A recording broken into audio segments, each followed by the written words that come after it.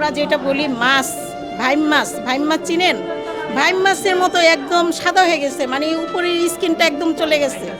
কারো হাত নাই, কারো পা নাই, অনেকের মানে দুইটাই চলে গেছে। এগুলি ভাই সহ্য, যাদের হার্টের রোগ আছে তারা ওইখানে স্ট্রোক করবে। এই অবস্থা যে আজকে একটা শিশু, একটা ছেলে, আমার নাতিও তো স্কুলে পড়ে, আদুঞ্জি ক্যান্টনমেন্ট স্কুলে পড়ে, আমার নাতিন পড়ে।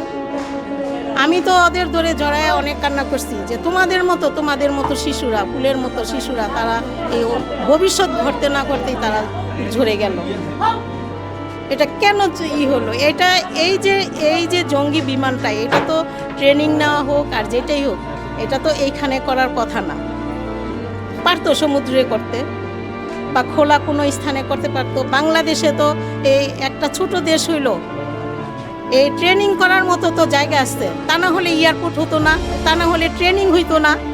কেন? এটাও শুনছি যে কন্ট্রোল রুমের থেকে নাকি যখন নাকি বিমানটা আস্তে আস্তে নিচের দিকে আসছে, পাইলট বলে অনেক বলছিল যে আমি তো এটা ল্যান্ড করতে পারতেছি না বা নিচের দিকে চলে আসছে। তাহলে তারাই বা কেন পদক্ষেপ নিল না? এটা আমার কাছে প্রশ্ন, কেন নেয়নি? এটা কি কোনো কুচক্র মহলে এই কাজটা করছে, নাকি এটা কোনো দুর্ঘটনা? এখন আমরা সঠিক কিছু বলতে পারতেছি না।